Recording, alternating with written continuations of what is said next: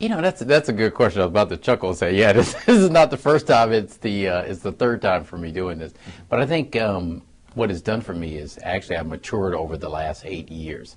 I think taking the experience I had in the legislature in Annapolis, 8 years there, and then taking that and going into the private sector, actually the nonprofit sector around education, gave me the overall experience, I'd like to say, in coming in the county executive to deal with the two critical issues facing the county. One is education, and the other is economic development. And so having the experience in the legislature on how to get money back here to the county, but having the experience in doing economic development and job growth, I think has prepared me for this job. At least I hope it has. I think clearly one of the reasons I ran for county executive these 3 times was because I saw the potential of Prince George's County. It is a good county. I mean, I wouldn't live here if it wasn't. I wouldn't have decided to raise my family here. But it could be a great county. I think it has the greatest potential of any place in Maryland to grow in terms of population and in terms of jobs. And so what I want to do as county executive is have us realize that. We made some gains over the last 8 and 16 years. You look at National Harbor, Wegmans, but clearly there's much more we can do, especially around our metro sites, especially around education and healthcare.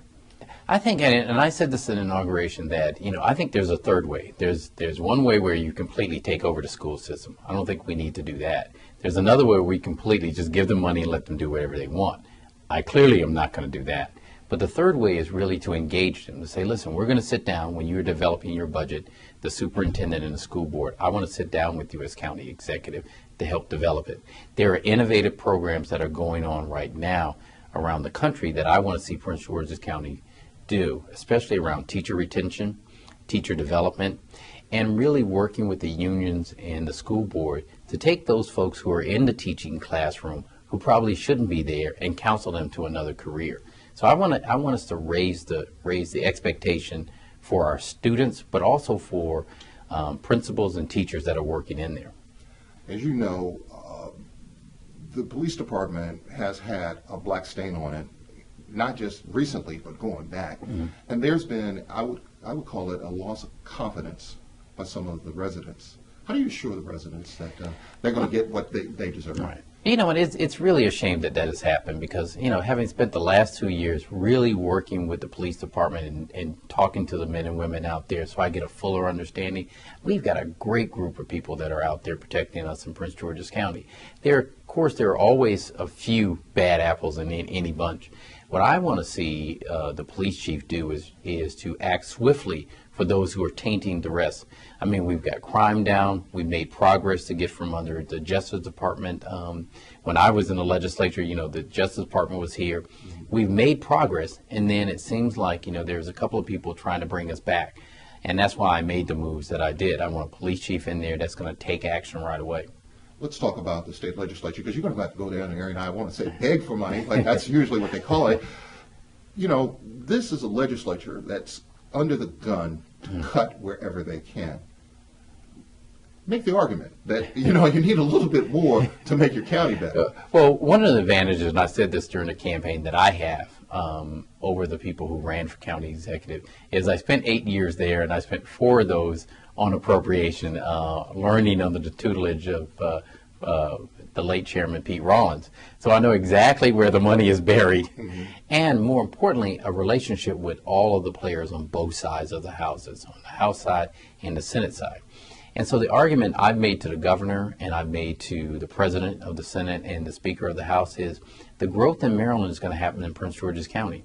It really is. The population and the economy is coming back toward the center of the government, of the federal government, which is the district. Well, the greatest place for potential of grow is Maryland. This is also the lion's share of votes in the Democratic Party. And therefore, if we want to see Maryland grow economically, with residents, politically, this is where it has to be. And so we're going to need help to do it. I noted that there were a number of dignitaries on the front row, including the mayor-elect of Washington, yes. Adrian Fenty.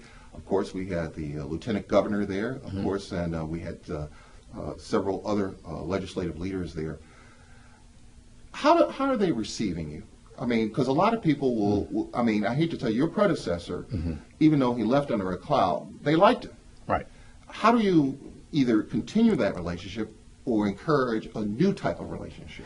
Well, I think you hit it on the head. I want to encourage a new type of relationship. Clearly, I want the residents of the county to like me, but also to be appreciative of the work that I'm going to do, because I'm appreciative of the fact that they've given me this opportunity to serve as county executive. But you saw incoming mayor of the District of Columbia, Vincent Gray, there. You saw the former mayor and county council member, Marion Barry, there. It is to say there's a regional cooperation that's going to happen. I was on the phone this morning and throughout the week with the other county executives that abut Prince George's County, Anne Arundel County, Howard County, and Montgomery County, that say we're going to work together. I think this new spirit of cooperation, but also understanding that if you're really going to see growth happen in this area, Prince George's County is a major player.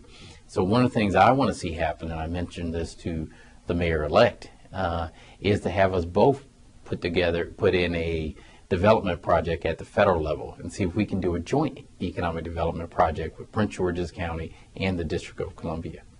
Mr. County Executive, thank you so very much for talking to us. We look forward to seeing you again. Thank you. All right.